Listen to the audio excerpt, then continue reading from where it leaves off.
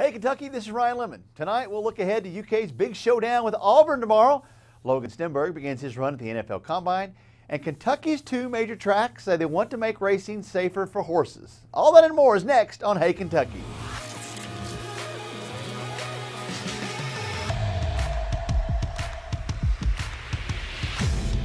Welcome to tonight's edition of Hey Kentucky. I'm Ryan Lemon, and for Mary Jo Perino and former Lexington Councilman Kevin Stinnett is my co-host tonight. Good to have you, Kevin. Ryan, great to be here, and a quick shout out to my newborn son. Yeah. Caden Joseph Stinnett. He's here. He's a week old, and congratulations. Thank you. He's my shout out tonight. You'll get a lot of sleep in a month or so, 2 months down the road. But why do you keep saying that? I'm perfectly rested. All right, congratulations to you and your wife. Thank you. All right, we begin with a preview of tomorrow's big rematch between Kentucky and Auburn in basketball, with an SEC regular season crown on the line. The Cats have won 7 straight games since losing to the Tigers on the road earlier this month. Auburn has gone 5-2 during that time, although their 2 losses came on the road at Georgia and at Missouri. So a trip to Rupp Arena will hopefully bring another defeat to Auburn, but the Tigers do have their star player back in the lineup, Isaac Okoro, who had been sidelined with a hamstring injury. Here's what Coach Cal had to say after reviewing the last UK-Auburn game. You got 2 driving teams that played aggressive, and we go at them, they go at us. It becomes a hard game. I think the advantage they had was they used their strength leverage inside to hurt us, and we've got to figure out how we combat that. We need Nick to have a good, solid game. And one of the things to watch for tomorrow is a matchup between Auburn's Javon McCormick and Naismith Defensive Player of the Year semifinalist Ashton Hagans, as both point guards have been struggling lately. Kevin, I expect this game will be a war, but a great game to watch, regardless of who you're rooting for tomorrow. If you're a basketball fan, these are the type of games you live for. Oh, yeah. Early March or late February, leap year. It is. Leap year game. Now, but last time we played Auburn, only Quickly and Maxey had good games. They got nothing from everybody else. Richard's a totally different player. EJ's playing much better today. They're going to bring it tomorrow. I'm not worried about Auburn. Auburn, they got Dowdy, who's probably one of the best players in the conference. Their backcourt guys, if they come in, they're going to jack up a bunch of threes. But our guys are playing so well right now, everybody needs to play well tomorrow. I think Hagans will show up tomorrow. He's had a rough couple games He has. here, but he'll be back tomorrow. I think these are the kind of games that kid lives for, and he's ready to be Player of the Year. Need a big bounce-back game from Nick Richards. Didn't play well last time out. We do. Well, staying with basketball, UK's been pushing for All-American honors for breakout star Nick Richards. Then the program did a Pick Nick and Quick campaign. Well, now Emmanuel Quickly has his own Pick Quick hashtag. It's Mr. Quickly time. That young man has got ice water in his veins. He's become a star. We need your shot, man. Quickly's become the go-to guy. We need you to be that guy. Why are you that guy? Have faith. Quickly also now has his own website dedicated to his breakout performance this season.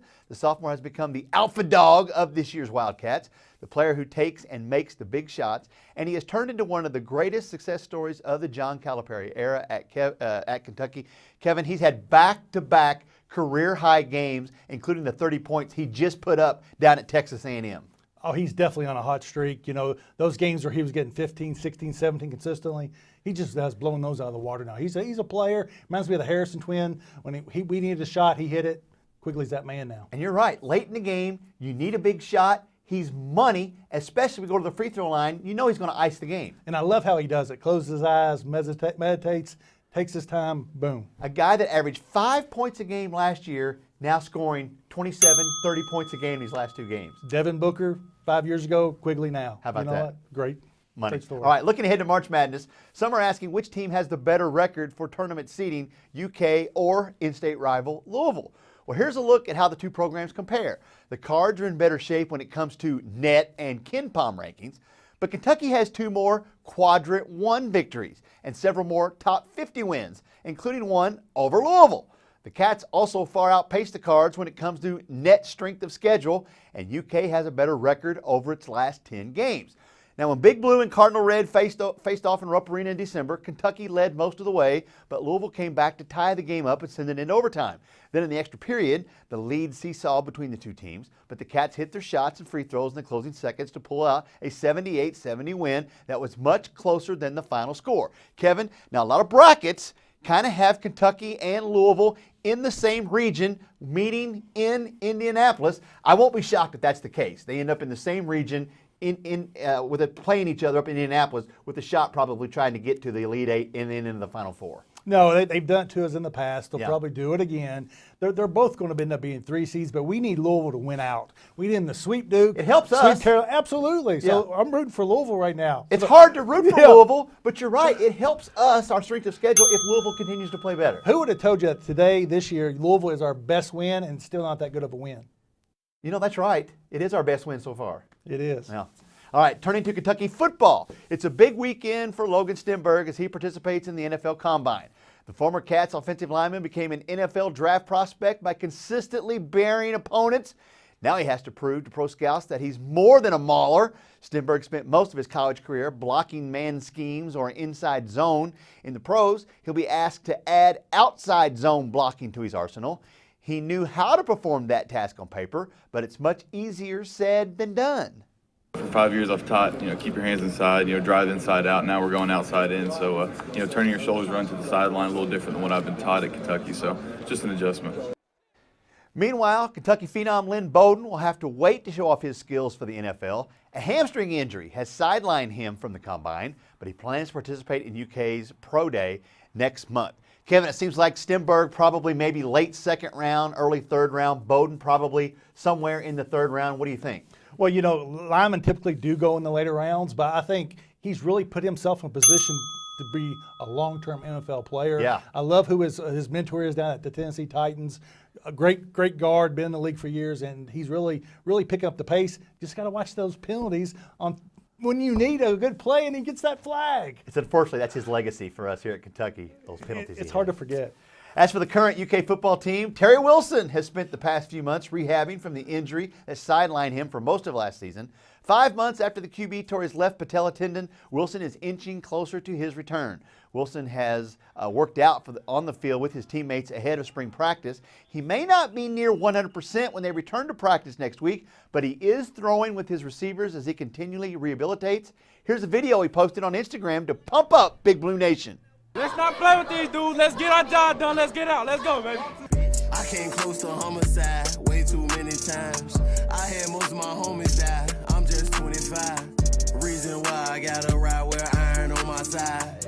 Before I have my mama crying, I'm gonna finish mine. You know, Kevin, this was Terry Wilson's team last year. The injury robbed him of it. Well, make no doubt about it. This is his team coming into this season also. It definitely is. I think the biggest obstacle for him is mentally, getting back out there. You're right. Pivoting on that knee, feeling that hit, live game action. I think that's where you'll know if he's back for sure. He's our guy. He's our quarterback. You're right. It may take one good hit on, just let him know, hey, I'm okay. I'm back. But he's our guy. We need touchdown Terry. We do.